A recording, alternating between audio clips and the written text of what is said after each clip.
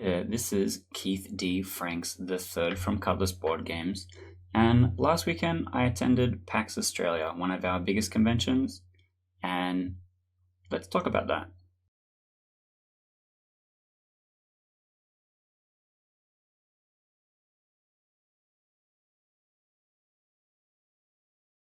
So first thing, what is PAX, right? PAX Australia is by percentage the largest convention that we have. Often I've said that it's the only one that we have.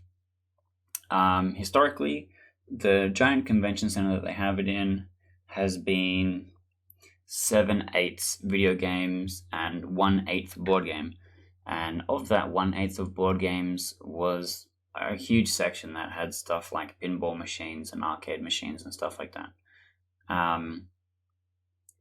And since then, a lot of things have changed. Like we had COVID, there was a whole PAX that was going to happen, didn't happen, did an online thing, didn't work. And then we had PAX last weekend. And the difference between PAX last weekend and the last physical PAX that I attended is that in the video game section, pretty much every major publisher pulled out. So the video game section is pretty bare. I had a walk through there. There was a big indie game section, which was pretty sick. But then everything else was like, if you went to a tournament and you wanted to see your favorite CSGO players shoot people, or Rocket League or something, because there was two different arenas for that. And then everything else was like PC parts. And it really didn't feel like very video games. Like last time we had this gigantic Nintendo section that was showing off Pokemon Sword and Shield, which was, really excited to see that and all that kind of stuff. And that's all gone now. So I don't know if it's just trending towards indie or if the American market has decided that Australia is not worth its time, which is something I've been saying for a long time, that being Australian is a handicap when it comes to international commerce because we're just so overlooked. It's just so difficult to attend something that, like, to muscle in on something when we just have no access to it. And for comparison, in Australia, PAX arguably is our one convention a year, or it's our one event dressed up for Halloween as a convention. And in America, I had a look, every single weekend there is a convention somewhere in one of the states that pulls more than 1,000 attendees. And so it's kind of insane to think that we're even a tiny bit of the comparison. But what I want to talk about is the board game section. Now, what I was at PAX to do was I got asked to do a panel. I sent out a whole bunch of different ones because doing a panel means you'll get a pass. And I had a booth thing that I won from last year, and that I'm going to describe it vaguely to start with because I was given no information. And the booth thing was supposed to be promoting a specific game. And I said, no, I can't promote that specific game. It's something that we've dropped. It's not something we're working on anymore. There would be no point in me going and doing it because there's no end game for that product. We're working on other stuff. And they're like, okay, that's fine. You can come and show. You can be there as you. You're the designer showing off the collection of your games. I'm like, that sounds great. But also, I'm just me. I don't have a team of people that help me. Everything that you see me do is literally just me, the one dude, stressed and trying my best, right? And so I'm like, obviously I can't be there the whole time because just for example, there's a panel that I have to be at. And I'm like, that's fine, just be there whenever you want. I'm like, okay, sure. And so that section was a row of tables that had a divider between them, which was like a big banner. And the big banner has the art that you would submit to them for that. And they didn't really explain what should be on that or what the intent behind it was or how it was going to look. In my head, I was expecting like cubicle type thing, and this would just be a poster on the back wall. I didn't realize it would be so like in my head with a cubicle, it's like this tiny space and they're going to be walking past and seeing into the thing anyway. Whereas what it actually was super open and you could spot my banner from pretty much the entire half of the convention center. And had I known that, I would have done things differently. But again, there was no communication as to what that was. And And then there's a big row of those, right? There's maybe 10 in total. And apparently in that big row, there's two different types. There was showcase winners, which is what I think I was, and there was like Indie Rising or something. And they all looked identical, except the showcase winners had a neon light that I don't know. It was really annoying and painful to look at for a weekend. And then, so if you can imagine, there's that, and then next to that is the collab in the TGDA booth, which was invisible. They had a single X-frame banner explaining what the collab was and how to use it. And there was a few times I was standing at the convention center and you just couldn't see the collab. I talked to one of my other friends. I was like, oh, this is the collab. This is what it's all about. And he's like, oh, I thought it was over there. And people had just taken over and were painting stuff there. Like, that's how bad the signage was. And which is kind of upsetting because collab was what I did last time I was there. And I like collab. I think what collab is should be the purpose of PAX. I think the idea is that, and I know this is a bit of a tangent, the purpose of PAX is to connect customers with products they wouldn't normally see. Now, one of my major criticisms of PAX is that, for example, there's on the floor plan, there's 3 different areas where Good Games has things. And Good Games is like the biggest retailer, as far as I know, or at least in Sydney, for Australia, right? I have a Good Games within walking distance. And why would I fly to another state to do something I could do down the street from me that's no different? That doesn't make a lot of sense. Like, if it's just Good Games Publishing and they're showing off the upcoming products, sounds great. But that's not what it was, because the booth next to mine had Drift, a game that is Good Games Publishing and coming soon. So then why is that in the showcase and not on their whole own stall? So if you argue that thing next to me is in fact also GGP, then they have 4 whole different things. And it might as well be the GGP convention, which actually I think would be better at this point. But where my feedback was initially, and I had talked about this with a few other people, is that what I had, this thing with a gigantic banner and the neon sign, all this kind of stuff, should be what the collaboratory is, because it'll go, hey, this is the collaboratory and the big sign, and it will have a schedule of all the different stuff that they had on it. Now, Guff Studios, who was behind me in the same row of tables, had something similar, where they were like, we're showing off 3 different games in this one space, this is the timetable that they're going to be there. I'm like, see, that would have been great. If I had known that was an option, had I known any of these things are possible, there was people selling stuff in this area, and I didn't think that was allowed. And all these kind of things, had I known that these things are possible, then I would have done. And this kind of circles back to my fucking humongous criticism of the problem that we have with PAX this year, is that the communication was dog shit. At no point did I know what I was doing. I went to Bump In on Thursday, picked up my passes and everything. There was no conversation with any person there about where I was supposed to be, what I was supposed to be doing, and who I was, beyond me proving that the passes were for me, which is just a random clerk. So I show up to my table. There's no check-in to say, yes, I'm supposed to be the person using this space. There's no me getting there and someone explaining what the space is to me and how it's supposed to be used. The panel that I did, they're like, hey, what kind of shit do you need to do your panel? I'm like, oh, how much can I ask for? Because there's a lot of stuff I'd love to have. But here's the 2 things that are the bare minimum. A lavalier microphone, because I need to be doing things with my hands and I don't want to be holding a microphone, and Live Split, the speedrunning countdown program. I go into my panel, I'm like, hey, did you get the list of requirements of the stuff that I need for the panel? Do you guys know what's going on? And they're like, no, we've heard from no one, we know nothing. I'm like, great. Do you have a lavalier mic? And they're like, no, obviously not. I'm like, cool. Can we do something like a count up thing? And we ended up using a YouTube video that went for an hour and was just a silent count up timer that he had to click play on the YouTube video for when we started. And like, that's kind of shit.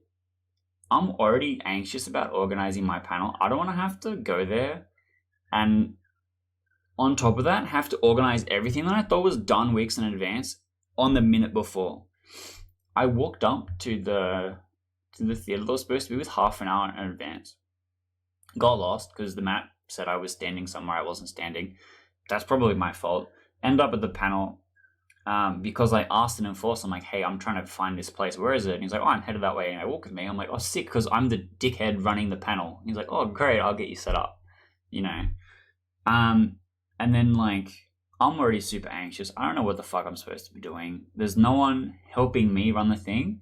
If I had just not shown up, the thing wouldn't have existed.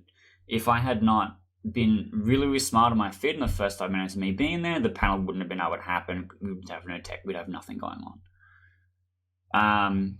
And so like that's shit I don't want to have to deal with. And then while I'm not at my booth, what's happening with my booth? I come back to my booth. There's people sitting there playing. It was like an escape room type thing.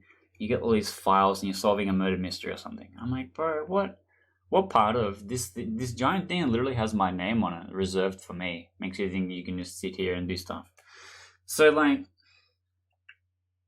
I walked into it thinking it was like a cubicle. The space would be enclosed and I'd be sitting across from someone running a game. Because I've done stuff in booths before, and that was kind of what I was assuming. Something similar to what TGDA had last time, something similar to other booths that I've been in the past.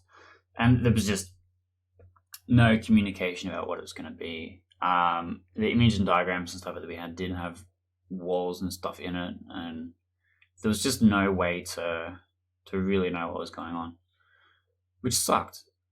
It made it really stressful. I didn't know what I was doing. I didn't know what I was supposed to be doing. I didn't know what was expected of me. I didn't talk to a single person that organized anything at the event. I didn't talk to anyone that checked in. That was like, hey, is everything good? Do you need help with something? Hey, this is what your booth is. Like, if you press this button, it turns off the neon light. Anything like that. Nor did I see anyone else talk to those people. I didn't see them do a round and I just missed it. There was also apparently a competition where all the people in my area, the area that had the neon light, were given a QR code banner thing. It was like a handout. It was black, had a QR code in the middle, and it said, vote which of these winners you thought should win some prize or something, and by voting you could win a prize. But I just wasn't included. I wasn't included in the conversation. I wasn't included as one of the people that you could vote for or be a part of. I just wasn't even fucking hearing about it until one of the other booth people was like, oh, hey, do you have one of these QR codes? I was like, no, what is that? So I feel a bit left out, obviously. I feel a bit forgotten about entirely. I didn't really want to be there in the first place. I only showed up because they were asking me, hey, we have this booth space for you. Hey, we picked your panel. Do you want to come to your panel? And like, I don't know. The other thing that's crazy is that the tabletop space, which used to be 1/8, is now maybe 3/8. Is that because tabletop's gotten better, or is that because video games has just gotten shit? If that's because tabletop's getting better, then just get rid of video games, because video games is really underwhelming, and we just have PAX Unplugged, and we have an actual dedicated tabletop space organized by people that actually, I don't know, do something in the tabletop space, know what's going on, puts an emphasis on the pipeline, right? So the pipeline is designer has an idea. Okay, that's the collaboratory. We emphasize the collaboratory. We get people in there playing the games and doing feedback, and we make it not invisible. Then we have like pre-launch stuff, which is kind of where I was and what I was doing, but I also had launch stuff as well. I just had a bunch of shit. So we have like a pre-launch section, which is, I guess, the indie rising, and then all the pre-launch stuff people can play and then sign up to the Kickstarter or the mailing list or whatever. And then that's separate, right? And then you would have the next thing, which is that we already have stock and we're selling some, which is where your good game slides in, which is where your independent punters that have just gone and printed a whole bunch of stuff and trying to sell things slide in. What instead we had was a weird mix of everything. Some of the stuff in the showcase was kind of early. Some of the stuff in the showcase was done and being sold. Some of the stuff in the collab looked pretty polished. And I don't know. I know this is a huge rant. My problem is that I know I'm a huge criticizer of this event, but it's because it's the only one we have, and it's on the same weekend as Essen. Like, so maybe we're just getting run off. Maybe we're just anyone that's really anything in the tabletop industry goes to the real event, and then they're just like, "Oh, we'll do whatever with what we have." But it could have been organized in such a way where I knew what was going on and could have made the most of it. I'm sure there's probably other people that would have loved to have a better point of contact with someone to ask questions and figure out what's going on. I had a thing where they were like, yes, that's okay. You can just show off your own stuff in the booth space. I'm like, great. And I go on the website to check the listing and they haven't changed it. Still has the old stuff. I'm like, hey, can you change this? This is 5 days before PAX. And they're like, sure. And I go back and check the next day, 4 days before PAX. I've just been deleted and completely removed. I'm like, well, that's not fixing it. I message them again, no reply. I message them again. Look, I'm trying to get this done. I'd like to exist, please. 2 days before PAX, I show up on the website with the correct branding and information. I'm like, okay, that's a bit shit, but whatever. That's probably not going to make a big difference. Right before PAX, I believe this is on Wednesday before I fly out. I email. I'm like, hey, just double checking that you've got everything prepared. I don't need to make any amendments with everything for my panelists all good to go. I get a reply saying, hey, I'll check that out from you. No follow up. I'm like, okay, well, clearly I know how that resolved because nothing was done. Great, right? Had I known how everything was going to be in hindsight, what I would have done differently is the branding on my booth would have been different. Instead of having this big picture of me and like an invitation to come look at stuff, it would have been like a layout that's like, here's this game, its title, the play count, what you can expect from it, from the 4 or 5 different games that I had, so that people walking past looked at it and go, oh, that's interesting. I want to order this from the menu. I want to play that. That looks fun. Instead of what was happening, people would walk up, see the picture of me, point at it, and go, what's this game? I'm like, that's me, the guy. Hi. These are the games. And then I would like launch into the pitch. I would be like, this is Murders at Teward's Manor, the reverse murder mystery worker placement and drafting game. And like, kind of point out each different bit and go, this is what they all are. What are you keen on having a look at? And then they would play stuff, right?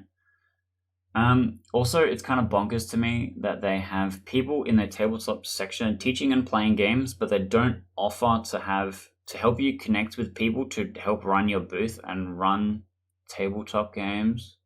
I'm like, look, I'm one dude. I can't get someone to come and help out with the booth. What do I do? They're like, that's just fine for you to not be there the entire time. I'm like, sick, I guess. But if they were like, hey, we have tabletop people that volunteer for this kind of shit, do you want us to put you in touch with some of these people? I'm obviously going to say yes. They get a one-on-one conversation, contact with people that make the games instead of randomly taking games out of the library and running them for random people hanging out, which I think gives them some value beyond just playing games at the event. And I'm sure, sound off in the comments if you would happily help run games for an indie publisher running stuff, especially if if you were picking stuff off a pitch list, they were like, hey, these are the games that we need people to help run stuff for. Here's the score. It's a talking game where everyone tells stories about how they would complete this heist. And you go, fuck, that's sick. I want to get on board with that. Teach me how to play it. I'll run that for other people because I'm a DM and this is in my wheelhouse. Or someone goes, this is my game, Grimwald. It's inspired by Diablo 2. It has a lot of character development and, skill tree and all this kind of stuff. And someone goes, damn, that sounds amazing. I want to get on board from that. Just name dropping some of my homies that I know from Sydney. And then all of a sudden there's less pressure on us to try and sort out our people. And look, if the price to pay for that is that I don't get 3 exhibitor passes, that's fine. You know what I did with my 3 exhibitor passes? I gave one to Steve D, who wanted an extra dude, even though he already has 3 exhibitor passes, and I think special guest passes as well. He's usually doing a panel. I gave one to my dad so that he could come and hang out on one of the days, and I gave one to a friend who wanted to come out and hang with her friends who were already going to PAX. Like, I couldn't fill the things for the people, but I don't want the passes to go to waste. But also, my dad's my emotional support animal in this instance. And then, I don't know, that's kind of where we are. And I really wish the space that I was in was what Collab was. And then what we were in looked more like cubicle booth space.